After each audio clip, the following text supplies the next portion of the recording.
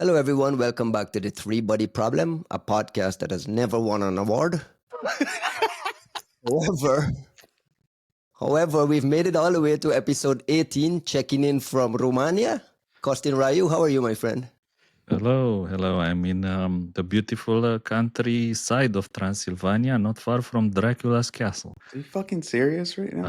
I am. Come and You're in a visit hotel me. room on vacation again? I'm working. I don't know. Can I say I'm working? Pull that microphone a little closer. It sounds like you're in the distance. Juanito, What's checking up? in from Washington, D.C. Mr. America, how are you? Mr. America. Good, man. Good. Just, yeah, I have no idea. I'm doing well, man. I'm just happy to be here. All right. I got a flight to catch immediately after this podcast. We're going to try and make it not too rushed. But, This is making me feel like we're on the clock, man. Like, this is like, for once, this, feels like a lot of pressure to not delay you. we're on the clock a little bit. I want to start with two small items quickly. And Juan, I'll go to you first. The White House issued some guidance this week on TLP, Traffic Light Protocol. And the idea is that they're releasing TLP guidance for federal agencies to clarify their intent.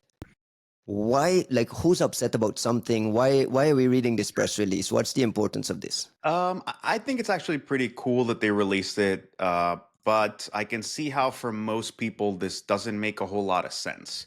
So, just as valuable context, the issue this is looking to address is almost entirely government facing in the sense of there's nothing as far as a lot of federal agencies are concerned, particularly the FBI, there's nothing about TLP that is binding or even in many cases even considered meriting basic respect because it's not an NDA, it's not a legal requirement. So when somebody says, "Hey, I'm sharing this with you under TLP Amber Strict or TLP Red," there was this sense of, kind of like we're playing a game with each other, like, haha, yeah, sure, but there was no imperative that they should respect that. And in some cases, we saw that echoed by some parts of the private sector in kind of uncomfortable ways. Like uh, there was a talk at Blue Hat Seattle, Microsoft talk. I want to say it was like maybe 4 years ago or so, where these Microsoft lawyers basically said, "Hey, TLP is not the law. TLP is not binding. TLP is not real."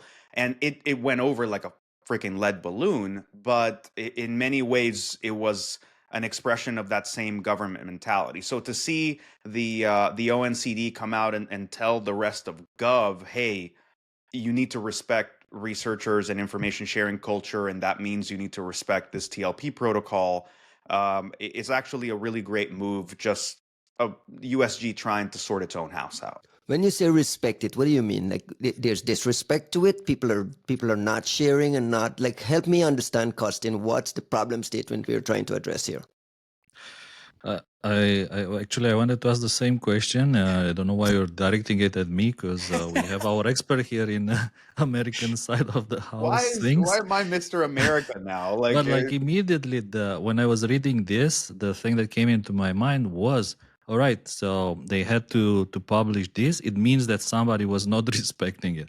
The question is, who was not respecting, and can we have some examples? And if we can get some examples, like can we, I don't know, No, I'm do asking. I something threw the about it? question to you, Who was Costin, not because I respecting? imagine you've had cases where you've shared stuff with government folks, not here in the US only, but all around the world, or vendors on the TLP. Have you had problems in the past? And where is the problem? Are they, when you say someone is not respecting it, are they sharing beyond what they're supposed to share? Are they not giving back? Like, what's the problem? What's the friction point?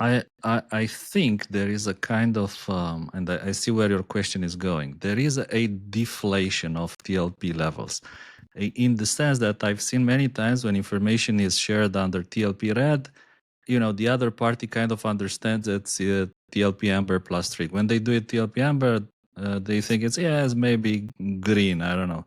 So there's this deflation, which is why in the past we came up with something better than TLP Red, which is TLP Black. So whenever something was TLP Black, and that in the past we had TLP Black stuff to share that was way above TLP Red, and it was immediately understood that that is the true red. I mean, black. The true black is black. That's it. Well, the idea being like, hey, if you share this, like You're someone is over. gonna It's get finished. fired, someone is gonna get Yeah. killed. Like you're actually like you should actually take this seriously. And No, look, but that's like the last time that Right. you see any kind of information from our side. Like if you do some mistakes, oh, sorry, I'm colorblind, so I thought red is green and the other thing around. Oh yeah, we understand. But with black is black. You can't say you're colorblind. Well, I Because think black is black. TMPL, even the existence of TLP Amber strict is such a ridiculous, self-defeating thing, right? Like TLP Amber is supposed to be keep it in your freaking org, use it for your own purposes internally, and to then have to be like, no, but we meant that strictly. Like, don't share it to other organizations. You're like, yeah, that was kind of the whole point. So I like the idea of thinking of it as sort of like, I guess what, inflationary? Like there's this, Deflation, yeah. Inflation. But look, the larger issue here is there's a difference between somebody doesn't know how to respect TLP Amber, TLP Amber Strict, TLP Red, and someone doesn't think that there's anything to respect. And in that sense, USG is, without pointing any fingers, it's A basically bad telling. actor? Sorry? Are they a bad actor in this space generally? That's the reason for this memo? I think that there are portions of the US government that are set in their ways and don't necessarily have a culture of respecting, the terms under which a source provides something. And look, I think nobody is saying FBI, but you have this thing with the FBI where you just, they've never been good at source management. They don't actually have a culture for it, precisely because in many ways, like if you're dealing with the FBI, you're probably under the terms of, let's say, a confidential informant, which is not an accurate dynamic for working with domain experts, right? Like I think all other IC organizations can sort of, they have some equivalent mechanism by which they know how they would talk to somebody that's just a domain expert versus somebody that in theory, like, you have some form of leverage over. And that's what makes it so hard to just be a researcher who wants to do the right thing with the FBI when they look at you the same way they would look at like some drug offender that they're holding on a leash because they have them under some kind of leverage. It's like those two things are not the same. Someone's phone on the desk is buzzing and it will drive Gabe crazy. Whoever it is, throw it on the floor for me. I'm not going to say Costin, but I'm going to say Costin. Mine's Costin, on, is your cell phone on the D&D. desk? No, sir. Something is buzzing. Quickly, TLP is basically the best we got around like rules around information sharing. It's quite clear that there's like this deflationary, there's this strict, there's like some lack of clarity to it. What needs fixing? If I put a magic wand in your hand and says fix this TLP thing, what would you do? I don't know how much the standard itself needs fixing. That implies that there's something that's not being understood in the mechanism. The traffic light protocol is about as good or as flawed as any other standard is going to get when you have to accept that the enforcement of it is based on trust, right? And part of it is the continuity of reputation is what has allowed us to maintain TLP for the many, many years that we have, in the sense of when somebody comes around and does something dumb with data that wasn't their own, you can't put that toothpaste back in the tube, but you can say, hey, no one is going to share with this organization. Or you just tell your friends, right? I refuse to share with so-and-so researcher because he's burned me in the past. And that kind of thing in such a small community is actually really important. It really can be very limiting. There's people that have gotten ejected from trust groups and ejected from certain situations where you're like, rare though. It stands up to scrutiny because it's pretty rare that you'll get like some sort of TLP breach, major TLP breach. Or am I misreading it? No, I think that people don't make a big it's not that they don't make a big deal of it, they don't make a public deal of it, right? If you weren't supposed to share something or something was shared delicately, chances are you're also not in a position to go out in public on Twitter and say, hey, so and so fucked me. They shared this information I wasn't even supposed to have, or that I couldn't publicly attribute. So it becomes more of a reputational thing. I think where you have problems is, again, I'm going to point at the FBI, but not because of the org in particular, but because of the dynamics. Because in the FBI, you're often dealing with case agents that are sort of like regionally bounded. It's a jurisdictional thing. It's not a specialty thing. There is this perception that there is no continuity there, right? Like if you were dealing with a case agent from Cincinnati because they're the ones that own the Mirai case, and you get screwed by that person, the next time when you're dealing with North Korea cryptocurrency heist, you might be dealing with someone out of Pittsburgh that has nothing to do with the person you were talking to before. So the incentives are a little bit misaligned in that the Mirai person could have screwed you over, gotten a promotion, and moved on, and you may never deal with them again. And then you get some random other person from Pittsburgh, and they're like, well, but I didn't do that to you. You go, yeah, but your organization is such that we won't talk to you anymore. So like there's some misalignments in those perceptions, but I think ONCD is doing the right thing in starting that conversation within the government, saying, hey guys, like, if you want to play in this game, you need people to share info with you. If you want people to share info with you, you can't go screw them over and pretend that their originator controlled guidance doesn't count, because it's not what you're used to. You need to pay attention to this thing. So Costin, is hopefully this a hiccup in the rest of the world beyond the US, or should British government, French government, German government be issuing memos telling their folks to respect TLP? Is this a disconnect with? I think that I think it's important to the overall context, which is that sometimes information is overclassified, and it's overclassified in sense of I don't know, top secret classification or secret and so on. But it also sometimes it's overclassified in the sense of the TLP level. So what is TLP red? Actually, it could be TLP amber +3. So. I think that this is one of the points which is not being discussed too much, and it's not being addressed by any of these things. And also the fact that the traffic light protocol in general and this sharing is also kind of, maybe one direction, especially when you talk to the government, right? It's typically Juan sharing with the FBI and not getting anything back in exchange, like most of the times. It's a joke. But I think definitely a joke. If we look at the TLP as a whole, right, it has maybe, let's say, two missing dimensions. One is the direction, so it's like mostly one way, but as it talk about what you get back in exchange, that's one thing. And I guess the other point here is the fact that there's typically overclassification. Some people just take it to themselves to change that classification. And I think that maybe with other governments not being as big and bureaucratic, maybe they pay more attention to this classification. There's less overclassification, and perhaps that's why we haven't seen such directives before from other governments. But at the same time, it could be that the U.S. government is way ahead of everyone else, and it's actually a very good thing. Setting the example. We already to the did 10 minutes on TLP. I'm not going beyond 10 minutes. And we haven't even talked about TLP Brown. Look, I was just gonna say, like, the U.S. government is not ahead of anybody else. I think it just reflects this kind of like more of a drone mentality that you get with a lot of the people who work in certain parts of USG who don't usually deal with human sources. They don't usually represent themselves as individuals. So you actually need the whole machinery to come down and say, "Hey guys, don't be shitty, be trustworthy." Like it's important for an ecosystem. That's all this is. And we just spent 14 minutes on it.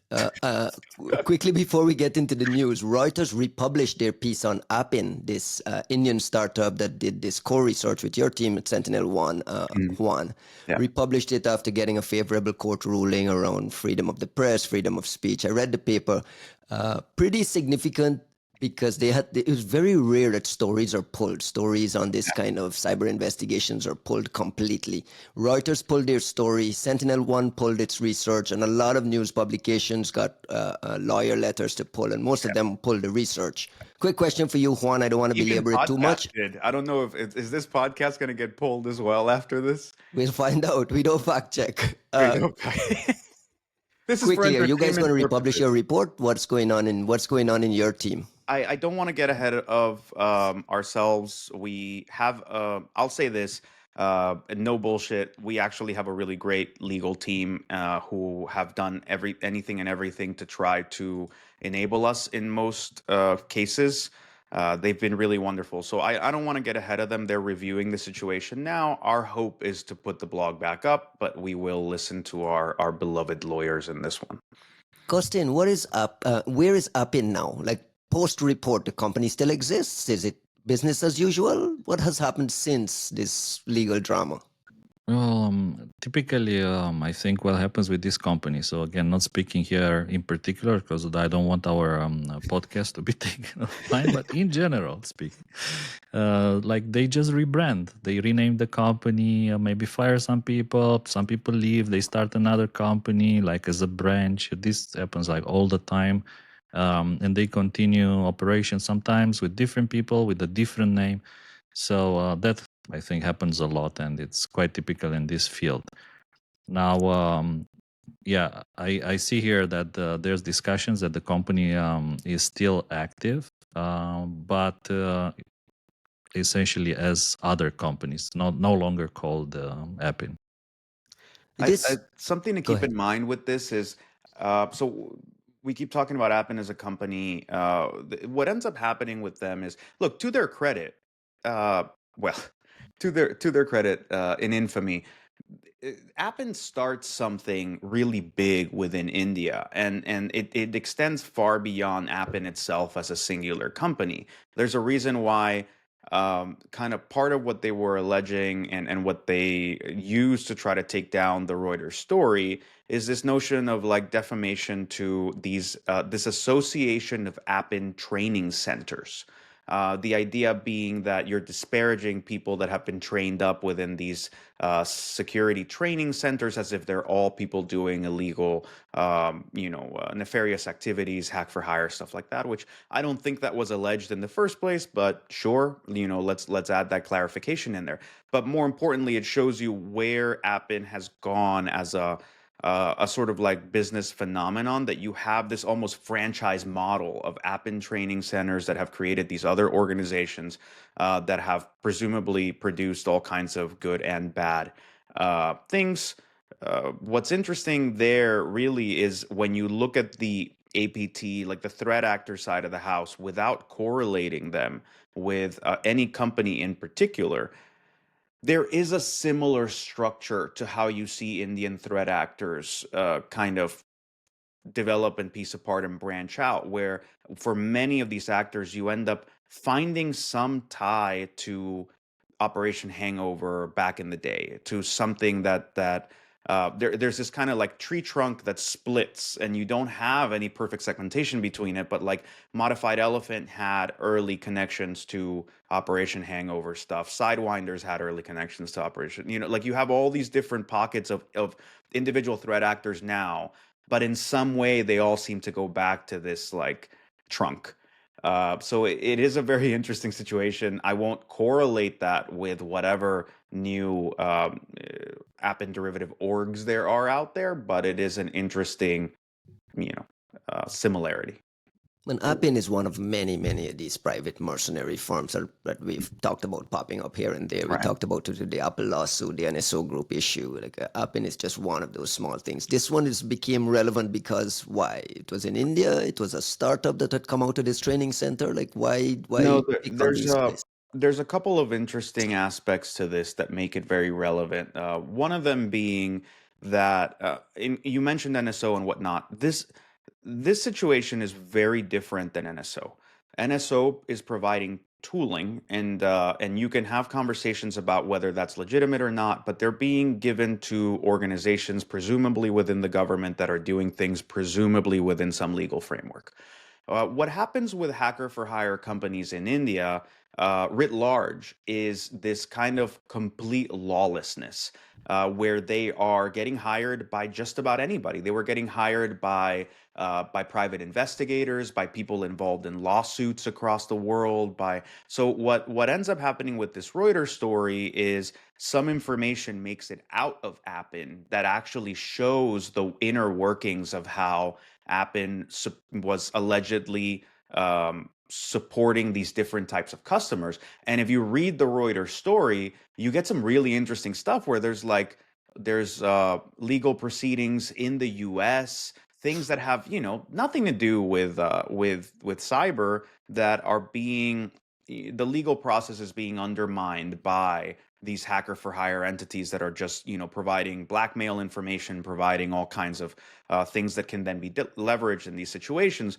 So you're talking about a very different dynamic, right? Hacker for hire being like you're literally just going online, paying some random person who's willing to break the law for you, then taking that information, doing whatever the hell you want with it. So it's a much more cutthroat, much more concerning dynamic with a far wider global pool of folks engaged in it, right? You're not just talking about some government that abused some tool.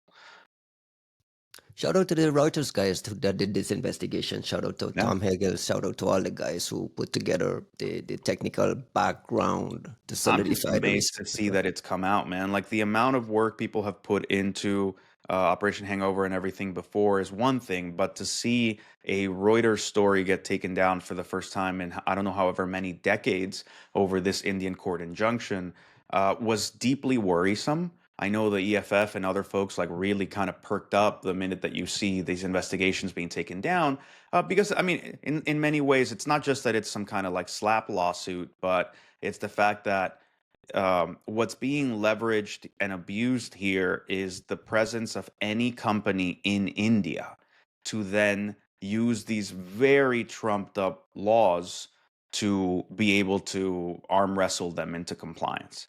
And that's far more concerning than whether you actually have a slap suit in the States, which is what we've seen with like Russian oligarchs and whatever, because at least the process is being held up to a more relatable standard, as opposed to some random judge in some random part of India who just decides over a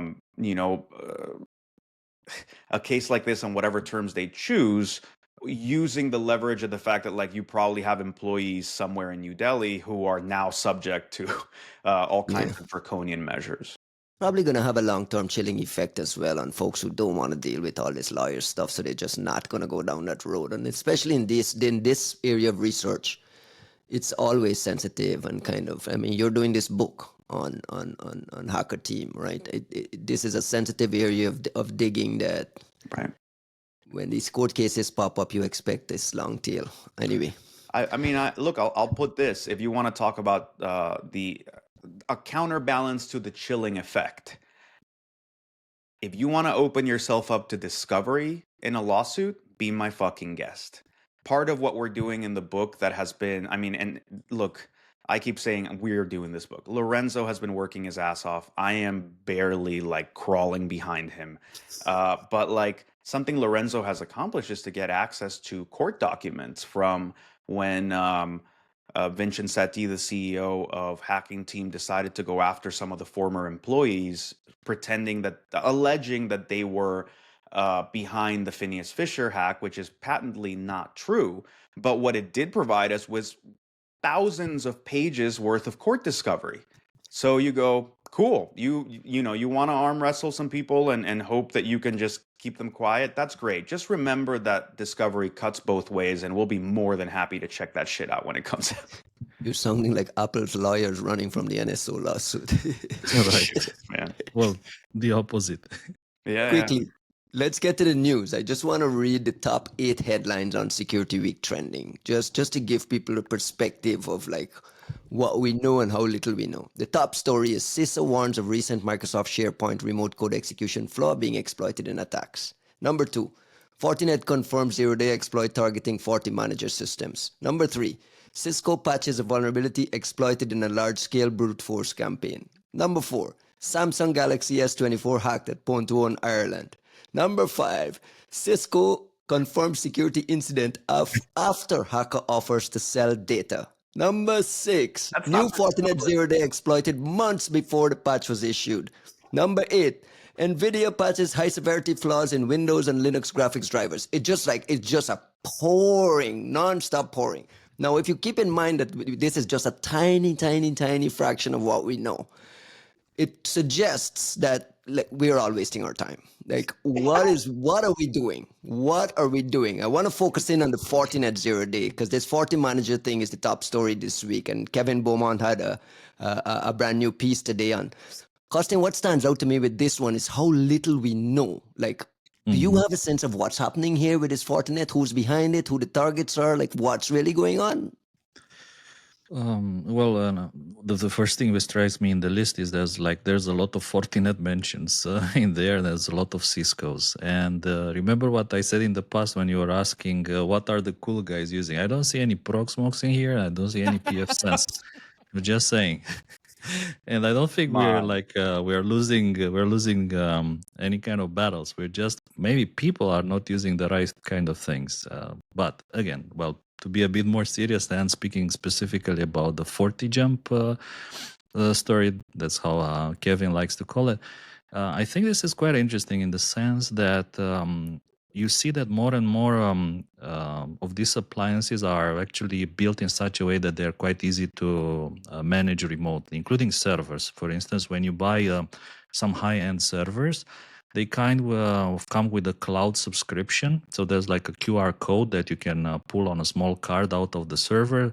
And all you have to do is, just scan that QR code and you can remotely manage the server from anywhere in the world through the cloud. So we have something maybe in a way similar here with this Forti Manager and Fortinet. It's essentially a protocol that allows you to manage your Fortinet appliances with Forti Manager when they are not in the same place. So let's say one of them is behind the NAT, or both of them, both your manager software and the appliance itself, both of them are behind NAT. So then they can't maybe establish a direct connection. So you can't directly connect to them. So thankfully, there's a solution for that. The only problem is that this solution is getting abused. And once you connect an appliance to your Forti Manager, or the other way around, once an appliance gets connected to your Forti Manager, unfortunately, it seems there's no kind of, let's say, security or policies that prevent an appliance to join your Forti Manager inventory. Once that happens, it's kind of game over, and from there, vulnerability can be exploited to get even more access further down, just to essentially pivot further down your infrastructure. And once you do that, it's basically game over. Juan, why is it so difficult to do forensics on these types of attacks? I'll point out, Mandiant put out a report after helping Fortinet with the research.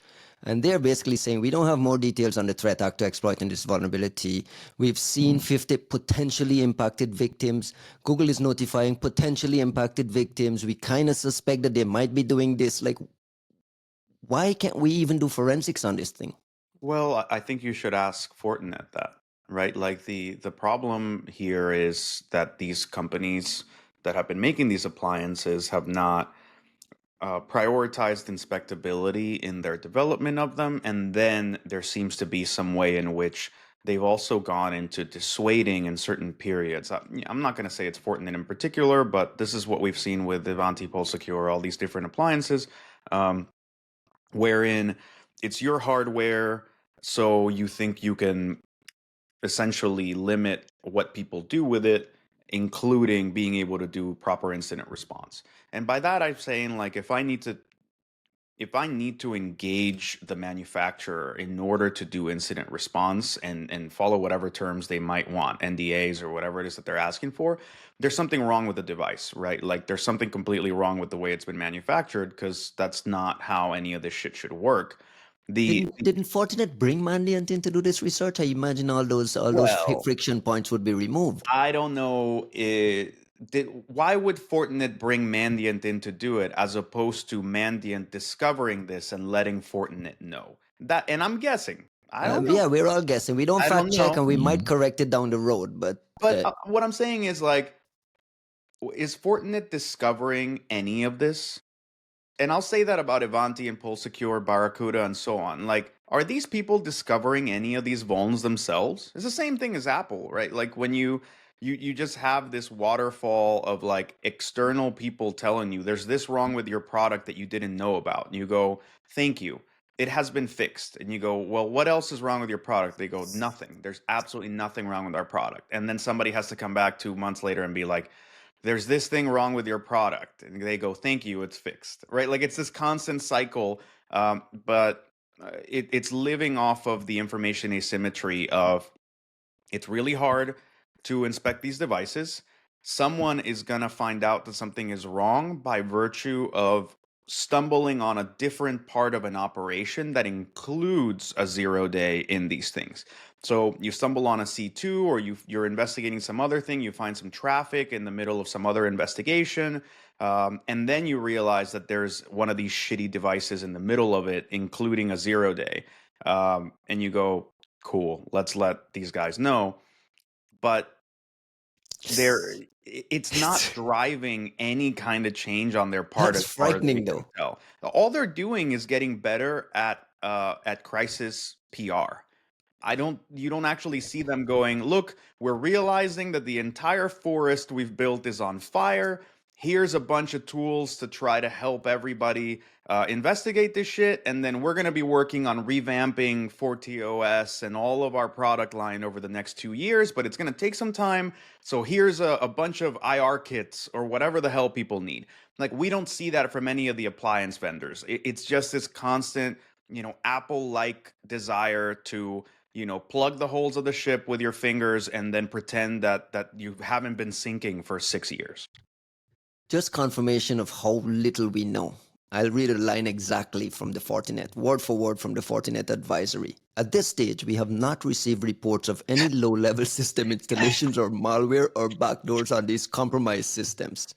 To the best of our knowledge, there have been no indicators of modified databases or connections and modifications. It's like, hey, Cool. all these bad things, we don't know. We have no idea have if not any been of these told bad about things. them.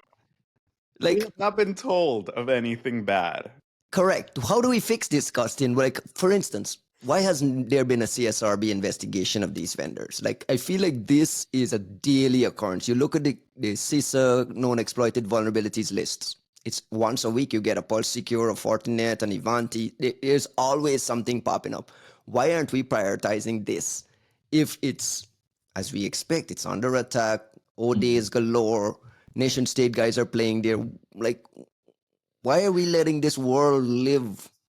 I think we talked about this issue a lot of times, and the fact that vendors are typically downplaying the severity of pretty much all vulnerabilities because they care about the stock price. I thought it was an interesting story this week that the government has fined a couple of companies because of the SolarWinds hack. I don't know if we have time to actually I don't know talk if you about call that. those fines. It was like 990,000 fine against Checkpoint. It's like, come on, slap on the wrist, waste of everyone's time, waste of the ink. There's okay, give me that money, and I can do a lot of things with them. So there were like some fines versus again no fines. Some fines, in my opinion, is means that the government at least is doing something, and the fact that they're thinking that there needs to be some kind of accountability, and there needs to be something that needs to be done about You're calling downplaying SEC vulnerabilities. like some SEC sanctions is like as the government doing something doesn't stand up to scrutiny at all. Well, I They think have what, maybe another 14 days to to do things, and then other people will take over. I don't know. God, no. Stop. We're like, everyone here is like, no. Don't break the illusion, man. Don't break the fifth barrier. We're pretending this shit's not coming.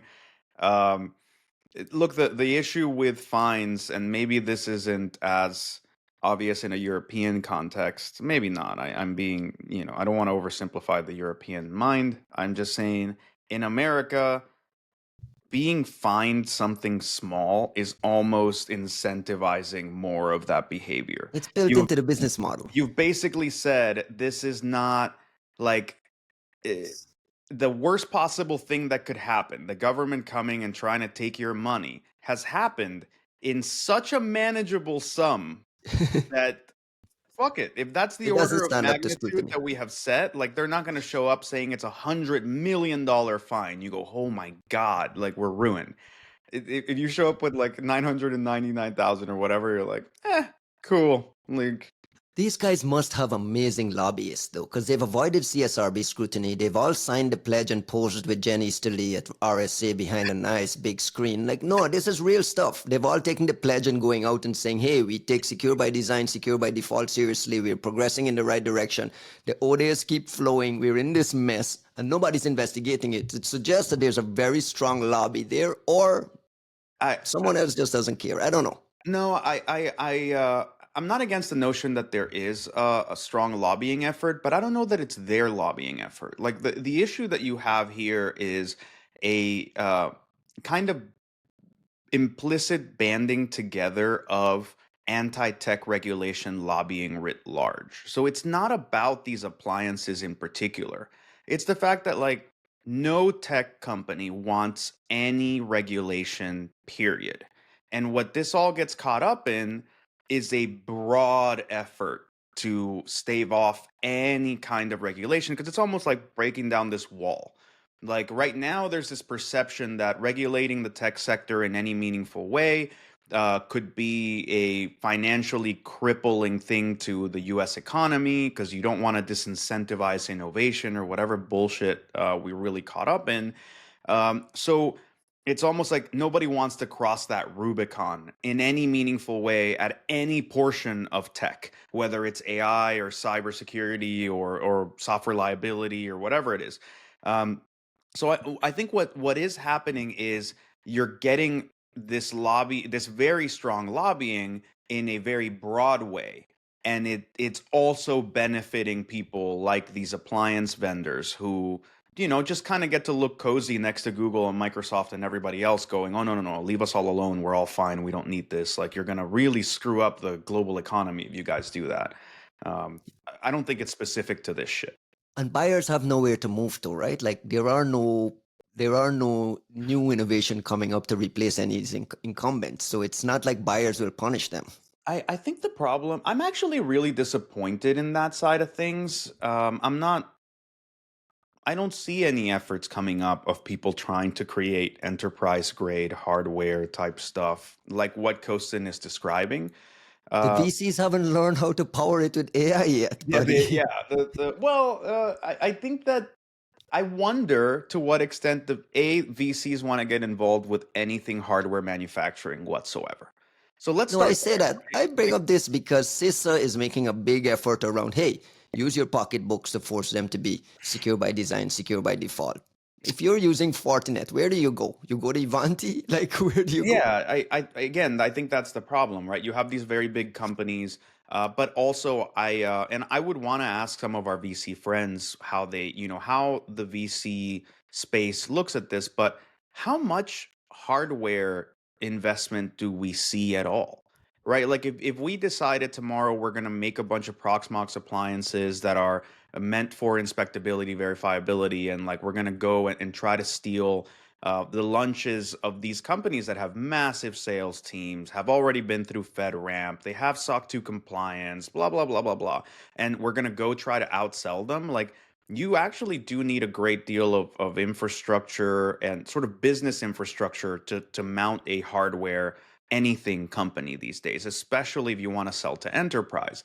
So it is actually a really difficult space to break into. It's not to say that it can't be done.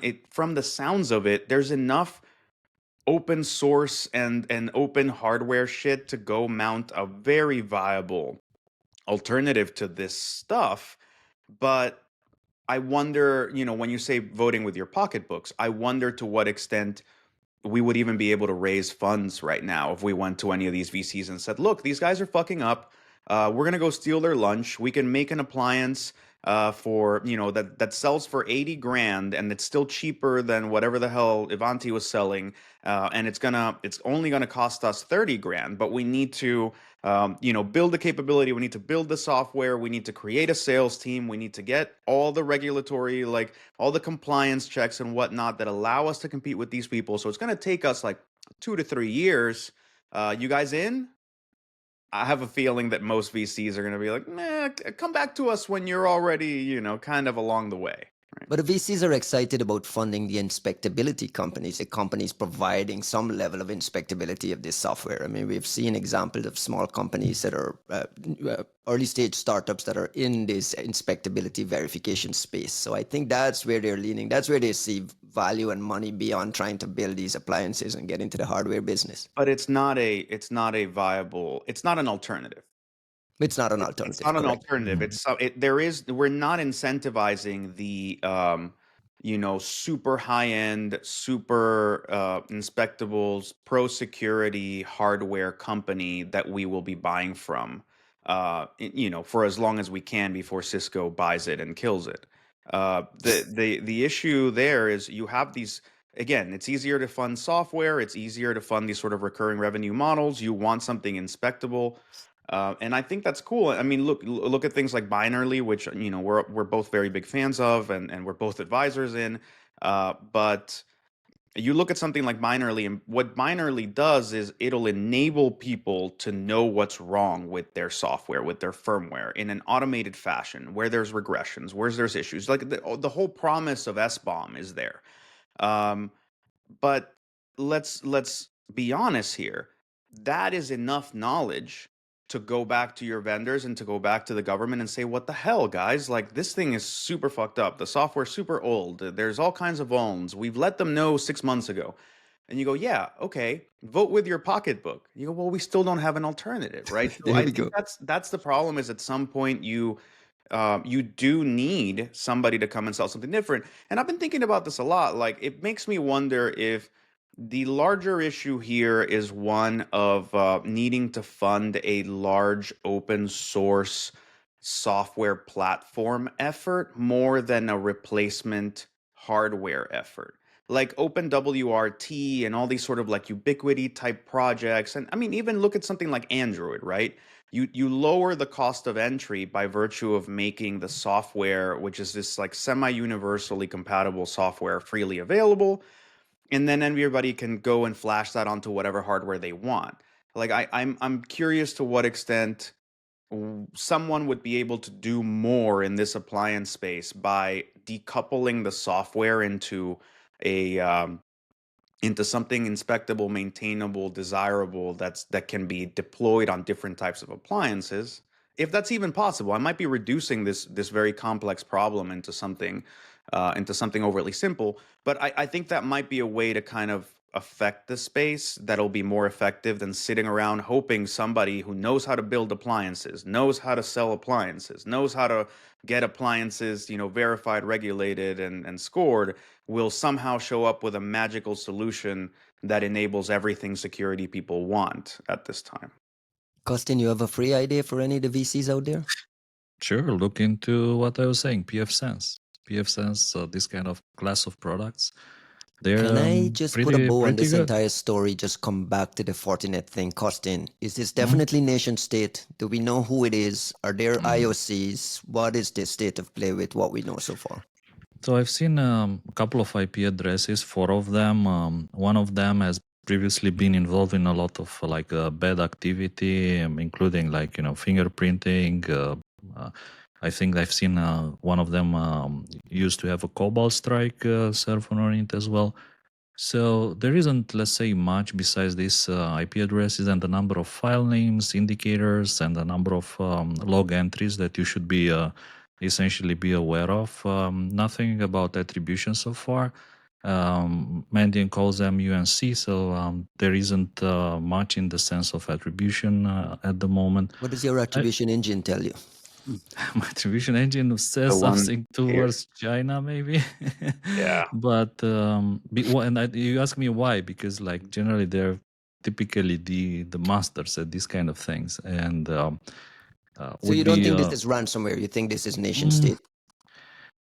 I don't think I've seen any signs. Like typically, you would see the signs of ransomware being deployed, right? Of course, in the past, we've seen ransomware groups heavily exploiting this, but mostly like not 0 days. When it comes to 0 days of this nature, I think we've seen not ransomware groups, but APT groups, Chinese APT groups in the past. But also, I think APT 29 was also quite adept at hacking this kind of network appliances. We've been seeing tons of Russian and Chinese, and much more so Chinese than Russian, but plenty of Russian and Chinese. So, like, if at the risk of sounding truly like dumb, I tend to assume these things are Chinese until I hear otherwise, which is Fair enough. it's not a good Plus way to one. do threat intel, but I balance don't of think it probability. helps. I mean, it doesn't really help, but at least it gives us an idea if you want to look for connections or attribution. Like it's a direction that you can dig further if you want. I'm going to use the same story to pivot quickly on this notion of verifiability and inspectability and the ability to know what's happening on these devices. Apple yesterday just announced that their new private cloud compute thing is now open for inspectability. They released some toolkits on a virtual research environment, helping, enabling people to perform their own security analysis of this private cloud compute. I'll remind people, private cloud compute is built into this Apple Intelligence coming to the newfangled iPhones, and this is the technology that handles the handoff when the computation, the AI computation, isn't on device, and they have to go to the cloud for more powerful models. This is that system that they're doing the handoff, and they're basically saying, "Hey, here's some toolkits. Here's our virtual research lab that you guys can go play to verify and validate the security and privacy promises and claims that we're making." This should be exciting. I mean, we just talked about the absence of it on those appliances. In this world, how do you rate? Are we giving Apple some kudos here for this? How are we viewing this? I want to like it. This is what we've been asking for, though. It sort of, yes. So look, this is where your reputation bites you in the ass. I want to like it because I think it's the right thing to do, because it's better than anything that we're seeing from other AI hyped up places. The only thing that I'll say is I want to wait to try it because similar programs from Apple in the past have ended up being, not going to say a bit of a sham, but like you can get your own SRD program, the security research device program, for instance. It's you can modded get your iPhones and own they ship. iPhone device. Do you know anyone that's received one? I don't I don't know anyone anybody that's that ever has gotten one. I don't know anyone that has one. I don't know anyone that has one. Similarly with like the Apple bug bounty shit, I don't know anyone that's been paid for it myself. I know a lot of people who've reported things and never got paid. So like things like that make it so you look at something like this, which is again the right thing to do and a really cool effort, and it's in line with what Apple has been saying about AI, which frankly, between that and that paper I sent you guys privately about like Apple trying to make a logical argument for hyping down this bullshit about LLMs thinking, things like that make me feel like Apple is being the adult in the room, and I fucking love it. I think it's great. However, I need to see that they're actually doing what they say they're doing, because they haven't in the past. And that's, it's kind of a shitty thing, but again, this is why you don't fuck with your reputation in research circles, because we have long memories and it's a small fucking space. I'll remind you guys that the only documented activity of APT using AI on devices to help with data exfiltration is Triangulation doing it on Apple devices with Spotlight. Man. Costin, with this PCC inspectability, do you plan to play with it? Do you plan to get in this lab, play with it? And do you see this helping security research? Like, what are you excited about to look at here? I don't think I can play with it because I don't have a new Mac that I could use to play with it. Unfortunately, I have only very, very old Macs that It's Apple Silicon only, right? I think so. So It's yeah, not. It's You also, yeah. I mean, it's Apple, but mostly because you need like the neural engine stuff, and so my Macs are like 10 years old. Jesus, I man. definitely need an Fuck. upgrade. I need an Yeah. upgrade, guys, for sure. All right, what intelligence agency start that's the GoFundMe. listening Yeah, would yeah. like to certify pre-own a M3 MacBook for Costin? Buried in this story about inspectability, Apple is actually upping the bug bounties on bypasses, this PCC, any sort of bypass of this from $50,000 to $1 million, which are big bounties. I mean, you know how many MacBooks you can buy with that costing? So I suggest we Sure. get to work there. I also wanted to mention that I did apply for a researcher's device in the past, and I was not eligible because, Romania. But I applied again this time. You told me to apply. I applied, and this time it worked. We'll see. We'll see. I don't think that I reached the threshold because I only have like a very small number of 0 days ever discovered, and they were all on Windows, not on Mac. So And you let's think see. you think there's some geo involved in it? And I'll use this to kind of pivot quickly to this story that's happening in Linux. I mean, Linux basically kicked out a bunch of like driver maintainers because they're Russians. I mean, the balkanization of tech is actually here. We've been talking about what it might look like. Well, this is what it looks like. And we saw Linus basically say, F you. Like there are sanctions. These people are Russians. Stop bothering me with why we're doing it. He said, "I'm finished." Is there I'm any finished. sort of nervousness about that we've basically separated by geo? It's a big story if you ask me. Tell me why Sorry. it's a big story to you. Yeah, go for it. Yeah, Costin, Well, tell us.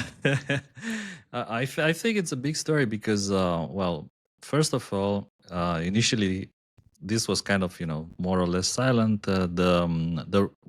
It wasn't clear the reason. Okay, people said okay, so they seem Russian or they have Russian email addresses, but there was like no official announcement that we are booting all the Russian developers from the kernel sources. But then later, Linus, he got probably a bit emotional, so he started doing what he does best, the finger cursing and so on. And he he said, like, if you're not familiar, just read about sanctions, like learn what this word actually means and learn about lawyers. And to me, it sounds like the lawyers are making the decision. We talked in the The past virus about the total map lawyers. conversation we had in I the d- last episode, right? we Where the don't lawyers are want deciding to. regardless of what happens. Bernardo said like no episode without talking about virus total. It seems There's that no threat intel he's without talking about virus. prophetic. Shout out to Bernardo for listening, man. He listens to all the episode. Now we're up to 28 listeners. He's the 28th listener. No, look, man, there's no threat intel without VT, right? So It's all love. let's say No, that shit the way it is, man. no business without lawyers. So he was saying, yeah, we have to comply with sanctions. But I think the important part here is which sanctions. And it's very easy to say that, yeah, we're going to do that because of sanctions without specifically saying which one.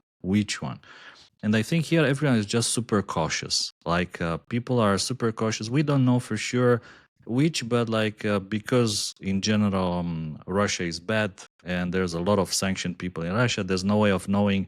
Maybe some of these guys work with the military or they work with the government, whatever, and we don't want to get in trouble. And the easiest thing to do is just boot them. And what because of the laws and regulations in that part of the world, the government could force them any very moment to put some kind of a backdoor in the kernel source code. So we're gonna boot the Chinese as well from the Linux kernel. I think that's the best part because now That's the people are right saying that question. listen, the Huawei developers, they are doing hundreds of very high profile patches in the kernel, but they haven't been booted from the kernel yet. So, and Huawei is sanctioned, correct?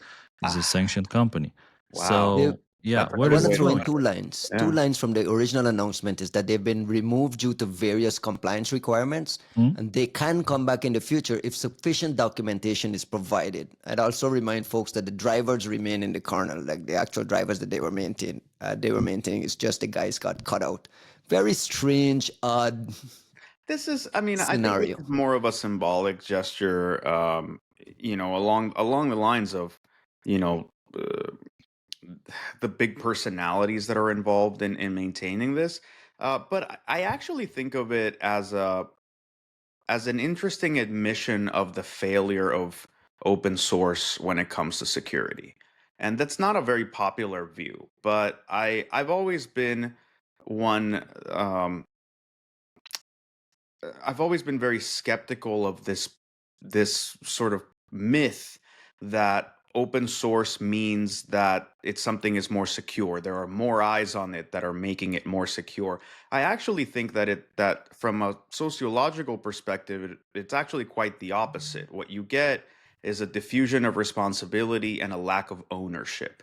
It's this thinking somebody else must have surely looked at this, which I have no reason to believe that's actually the case. And you also have this notion of, well, it's free, so lower your expectations. If you wanted some support, if you wanted a certain level of, uptime and whatnot, go buy an enterprise solution. And you go, those are very convenient answers. And yes, I appreciate it that you're doing this on your off time. However, to then say, well, anything open source is more secure, I don't think that thing follows. And the reason I'm putting it that way is not to launch into some kind of ideological tirade against open source, but rather there is an implicit admission.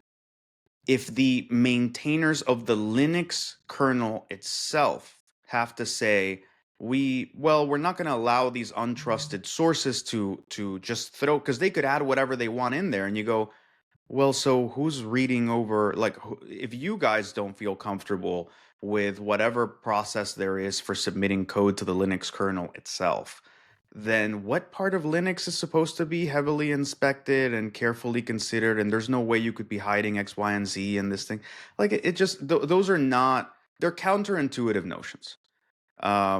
And how are you picking these people to kick out? Just based on .ru addresses, or some team sits there and say, oh, that guy. Man, like the idea that Huawei is a sanctioned company and is actively providing, it's like it's clearly a double standard. I'm not standing up for the Russians here. I'm just saying, this all sounds like this kind of like rah, big personas with big feelings type of decision making, and not some kind of strategic decisions. Moreover, I don't even know what lawyers are even involved in the middle of any of this shit. Like that, it's just, Costin, we're mentioning Huawei, but you have to imagine there's a ton of other companies in this kind of sensitive space that have thrown developers at the Linux kernel and participating in there so deeply that it's impossible to kick them out, right? That has to be a part of corporate strategy. The Gia Tan company out of, Dubai or whatever. And I think about it the other way around. When is Russia going to ban Linux? Because too many of the developers are from the United States. Like this can go both ways, and I would be very curious to see. They banned iPhones for what? For government procurement, correct? And I think we were discussing this story recently, where it said that actually they banned iPhones in the government in March 2023, which was to me super interesting because it predates the announcement of triangulation, was June 1st, which somehow suggested that the Russian government was aware of the story 3 months before the announcement. So quite interesting. But going to the same line of thinking, this can probably get bigger and bigger, and I'm very curious to see if the Russian government will ban the Linux kernel, because it's mostly developers from the United States. And move on to what? Right? Like what version of farm manager? Like, is there some farm manager based OS that you could just move on to? There might be some operating systems developed in Russia. I don't know. I think Costin knows more than he's talking.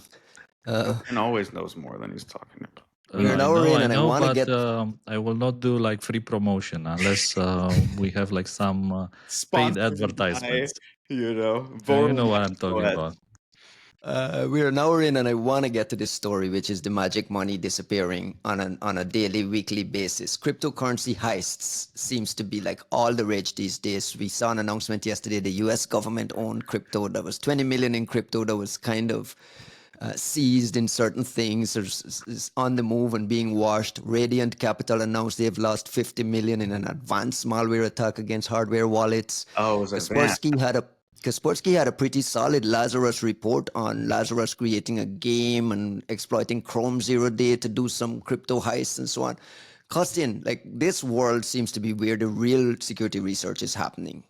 This is the real bug bounty, right? Like, I If you like think that. about it, this is the real bug bounty, because when you find a bug and you exploit it, it's You real get money. rich. It's Immediately. real magic money.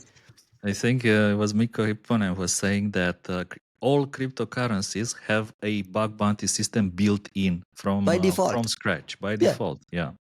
What do you make of Absolutely. Like I think I've said this before. Again, I don't want to hype it or to make it sound like they're awesome or anything, but it is indeed quite impressive. Probably the time, the resources they are investing in this field, and the kind of attacks they're running, cryptocurrency attacks, they're pretty impressive. And there's no doubt that what is collectively known as Lazarus has become like the top player in the field of cryptocurrency attacks. Now, the US government has been owned before. I think they lost money in the past through some like really simple attacks. For instance, you send like a small amounts of money to someone just to detail how the attack works. And when they have to send some money, let's say to move the money to another wallet, they just rely on the history just to say where the money last came from. And they accidentally send the money to one of these addresses, which sometimes they happen to have the first characters and the last characters, they're the same as your own wallet. So they do this kind of attacks in which they build wallets that the addresses look very similar to your own. So again, the US government has been owned before. I don't know if they've been really owned for $20 million.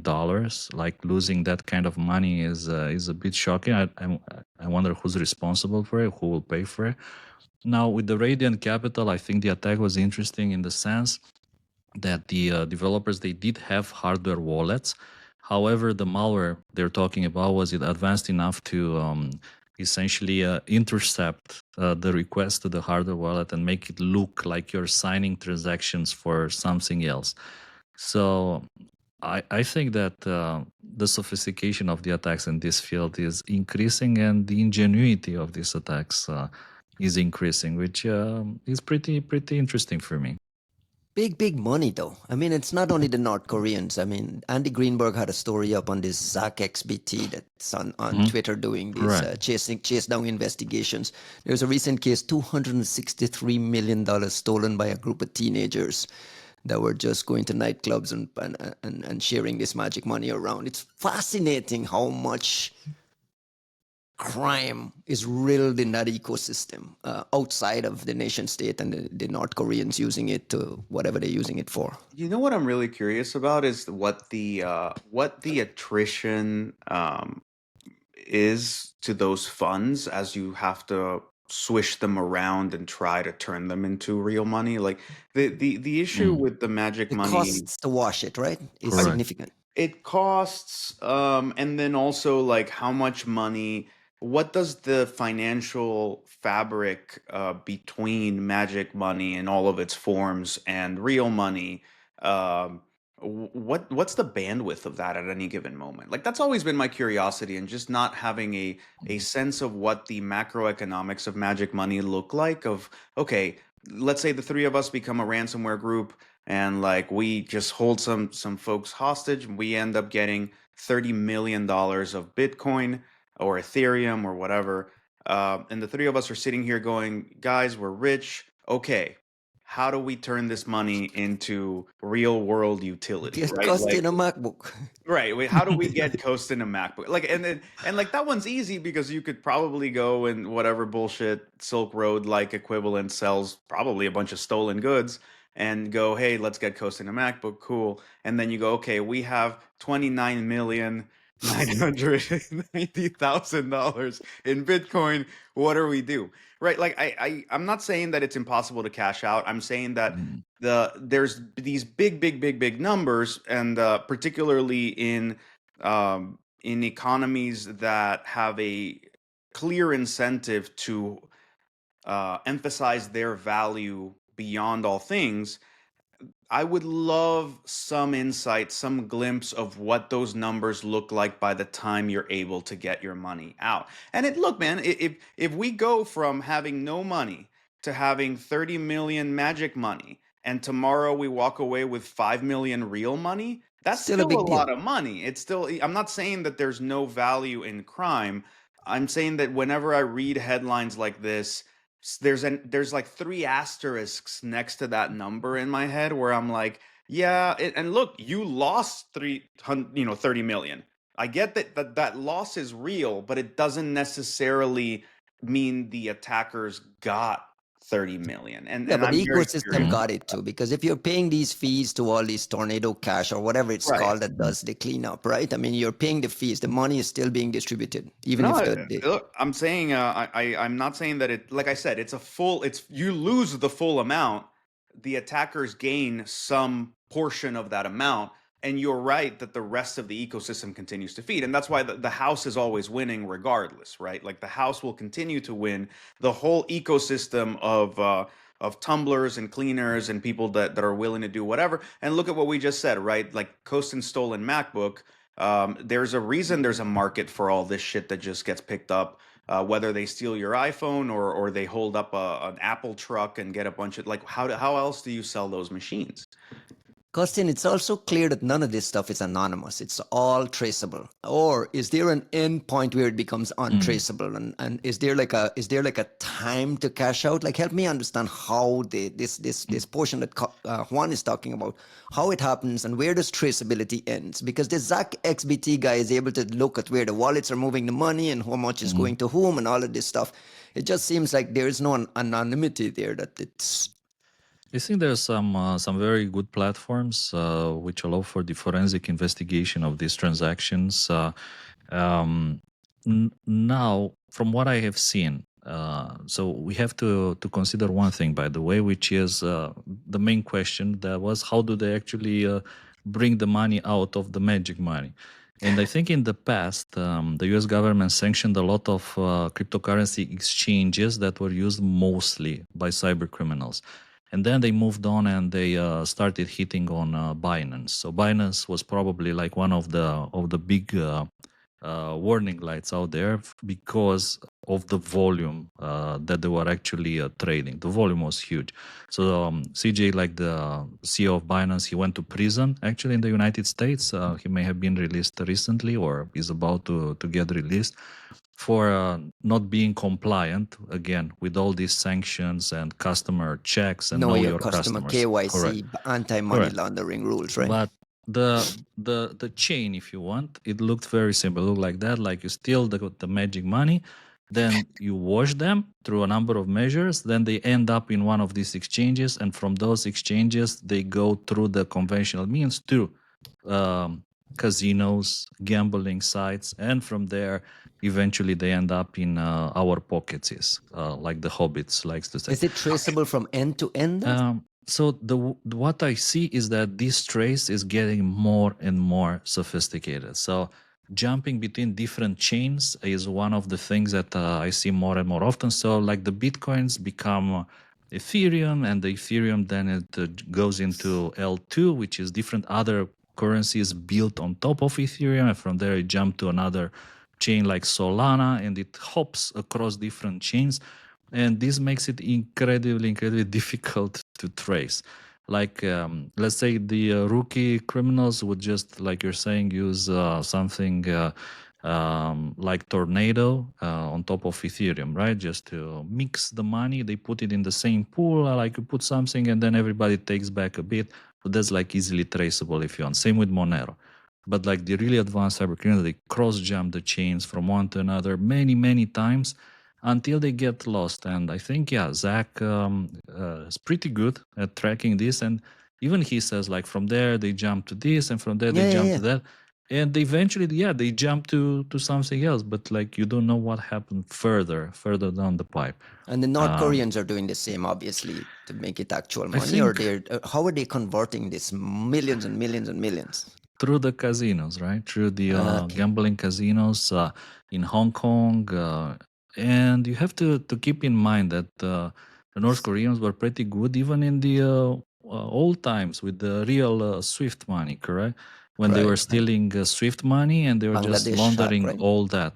They were still laundering The everything North through Koreans were casinos. trading in meth and like super notes, many like a lot of counterfeit real money. Like they've been pulling like that's the other part of this, right?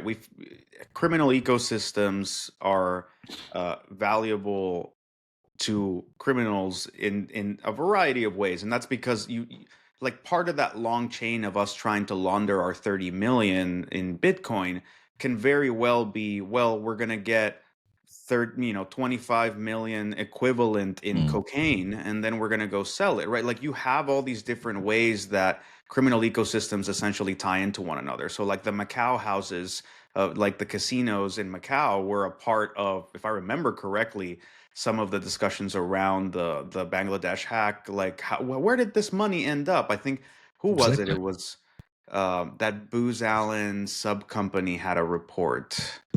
I can't remember the Fantastic name. report. Yeah, it was a really good report about how some of this money had been laundered.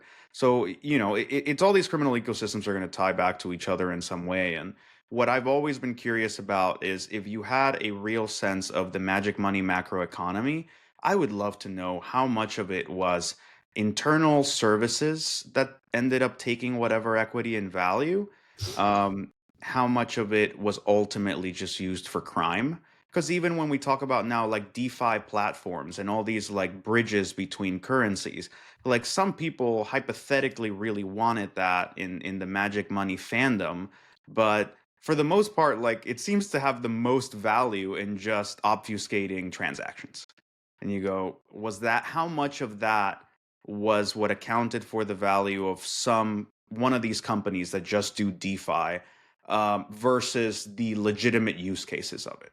Like if real money's main purpose was fueling crime and then only like 30% was about enabling our lives, we would have a very different perception of it. Right. Costin, you got a chance to look at the Kaspersky report on the Stank game? I mean, it was documented by Microsoft previously, but I think the news here is that Microsoft missed the Chrome ODay, right?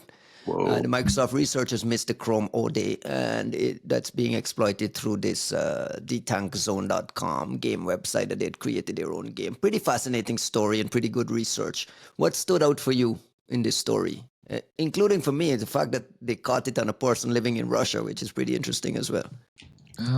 I think again, there's some really super good researchers in there, and of course Boris Larin, that we know very well. We worked together in the past on several big announcements. So he's definitely one of the top guys. If you look at his security reports for Microsoft products, even for Apple, obviously, he's like way up there.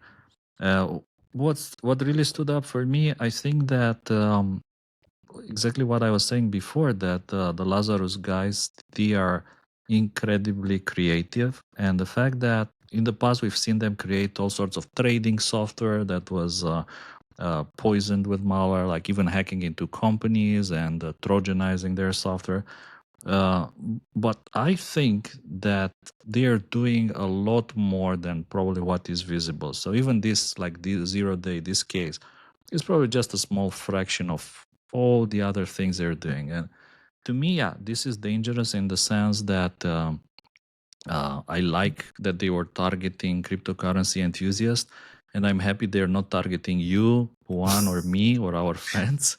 So, like, please do that because, yeah, like this level of creativity, when refocused in another direction, it could be very worrying. And the last story I want to get to before we got to shut it down is Antiy.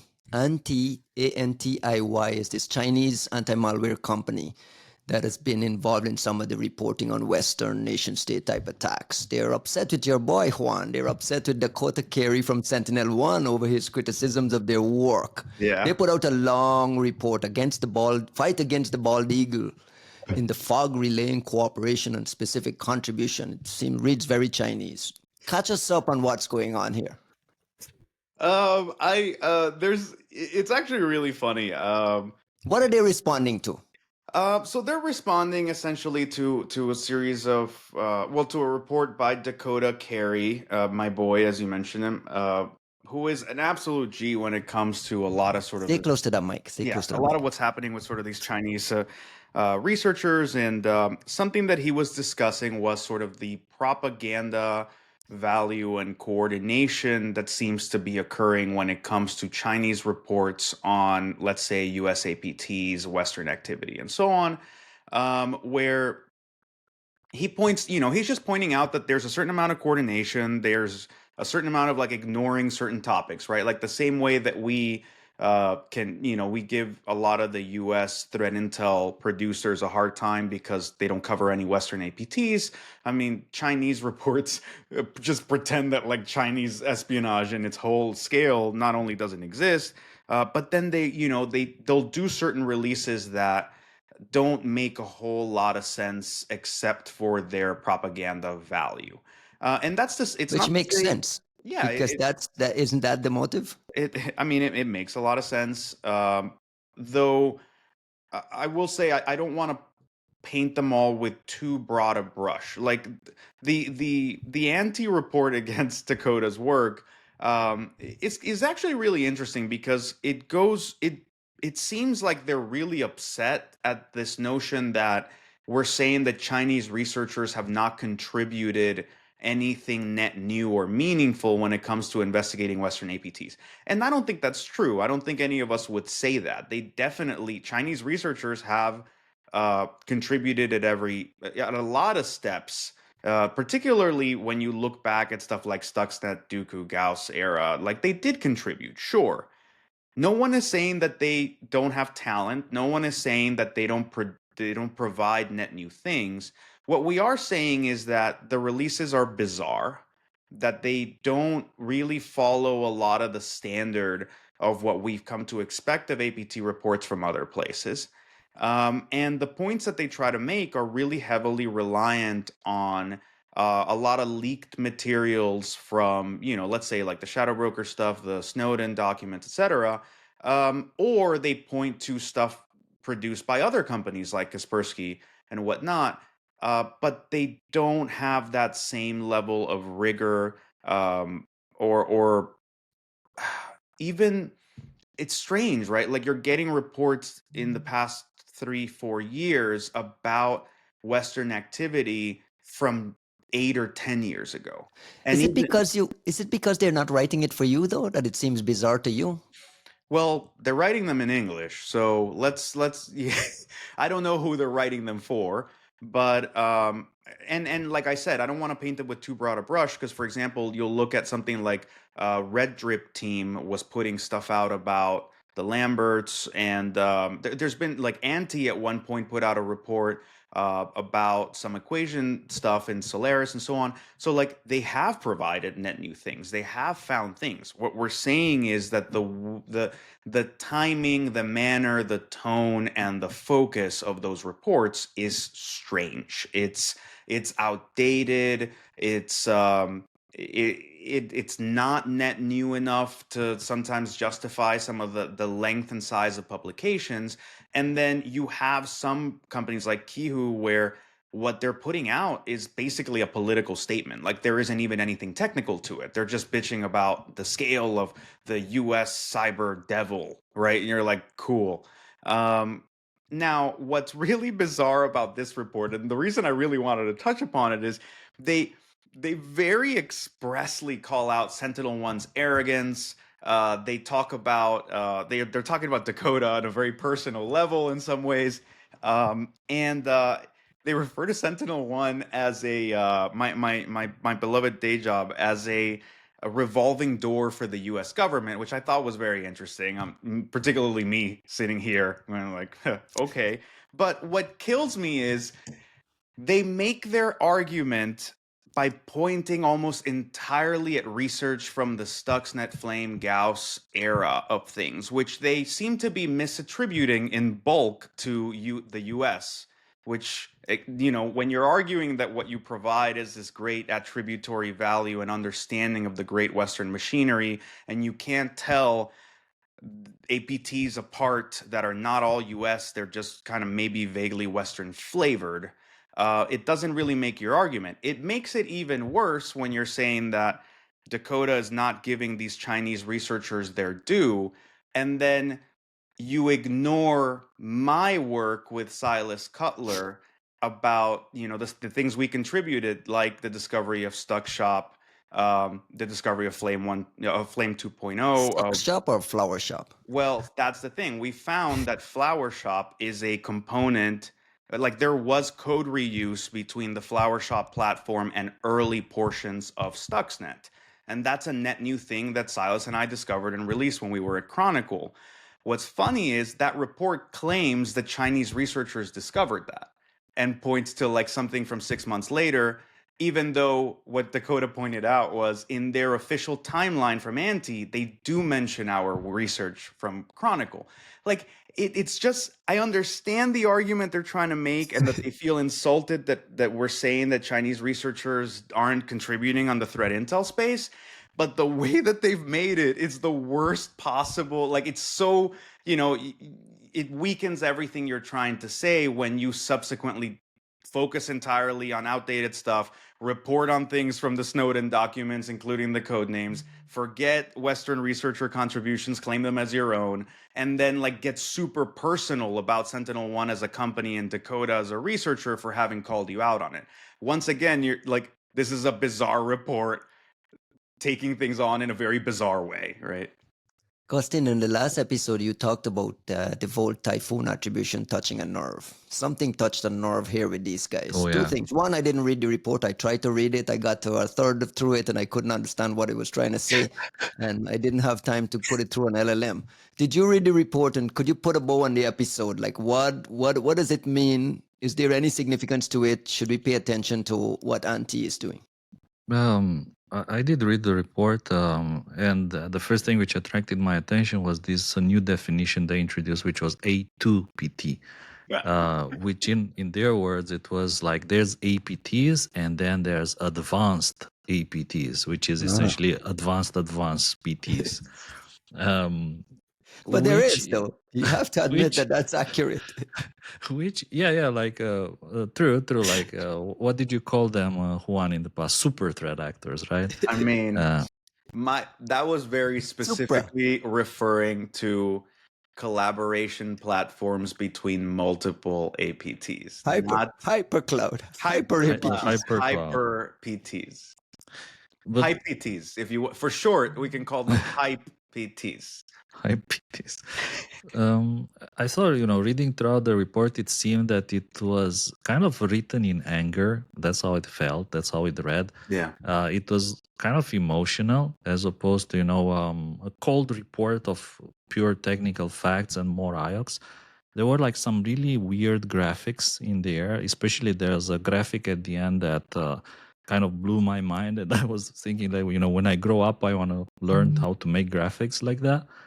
And I think there's like some crazy points in that graphic, like some secret security organization or like a secret security vendor or something like that. Exactly as Juan, I thought that nobody is actually questioning the quality of some of the technical reports. But it seems to me it could be like a language barrier. I'm not sure, but it seems that they are like missing the whole point of the discussion. And the point was that there's a bunch of Chinese vendors that are actually involved in propaganda. That's the word. They are publishing propaganda materials in order to counteract the messaging from the West, which is that China is doing a lot of bad things. So they feel kind of responsible to publish that. How aboutism with the U.S. government? We want them to publish, though. We don't want them to go dark. We want them to publish. We want to see their thinking. We want to see their, like, what are we encouraging them not to? No. Sorry, Costin. I gotta wrap up the episode because we gotta leave in a few minutes. You're not allowed to just cut this in the middle of the I can hear your phone. Like this time, it's not me. I swear to God that my phone is in airplane mode, so it's not me. Mine is on do not disturb, so it's Gabe's phone. It's a Chinese spy phone embedded in one's microphone. So look, man, we're not telling them not to publish, but I think.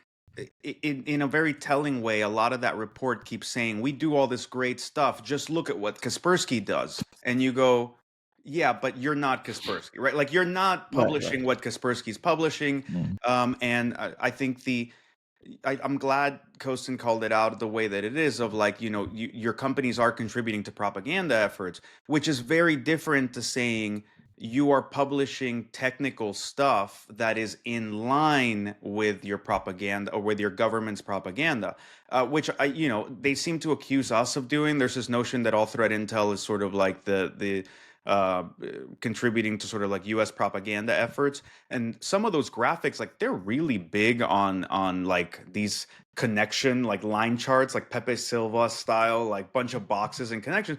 But the funny thing is, they make some claims in there that are complete like mirror fallacy shit, like saying that like the connection between US bug bounties and the and the equation group like vulnerability side of things. You go, whoa, like if you're telling me like you want to say that pwn to own is contributing to like US government ops, like that's a pretty big claim, man. Come out with your report. I think we'll all be super fucking interested to read it, but you're just saying that we're doing the same thing you're doing, and we can actually show that you're doing it, and you can't show that we are.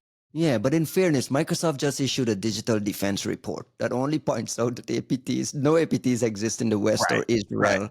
There's no IOCs. There's just and it's the same thing. You look at this Microsoft Digital Defense report, and you don't get a sense of what the landscape is, because they've cut half of the landscape and thrown it in the dark. I mean, if the Chinese are doing, if we're doing it, the Chinese are doing it. It just feels like there is no genuine attempt to document. We're not doing it the same way, but I get the point. Like Thank you. And this is the same issue that we were discussing last episode with like Michael Hayden and like Chinese espionage versus American espionage. If you squint your eye and tilt your head, you can say that it all looks the same. And yes, there are things that are like, let's just have a very nuanced discussion about it. Like, it bothers the absolute shit out of me that Western threat intel producers think it's okay to just ignore any Western activity. It does. It bothers me. I have published on it. That's what's pissing me off about this Antiy thing. It's like, I get the argument you're trying to make. Don't make it by doing exactly what you say we're doing. All big vendors do exactly the same thing. That's the thing that annoys me. It's like Microsoft has a position on a perch to do better. Yeah. And putting out threat intel reports that calls attention to 4 threat actors is nonsense. I mean, well, there you go. I mean, talk to Microsoft, man. I don't know what you want from me. We'll get to this. We'll get to this and continue the conversation next week. There's a bunch of things we didn't get to. I have to run to the airport to get a flight. We're an hour and 26 minutes in, which I think hits the sweet spot for these guys who are driving and listening. Juanito, thank you very much. Thank you for brother. waking up and doing this. Costin, enjoy your vacation again. Thank you. Safe travel. More vacation. Next week. Hopefully we get nominated for an award one day. And not pulled down by the Appin lawyers. By the Appin people. Bye, guys. Right. Bye.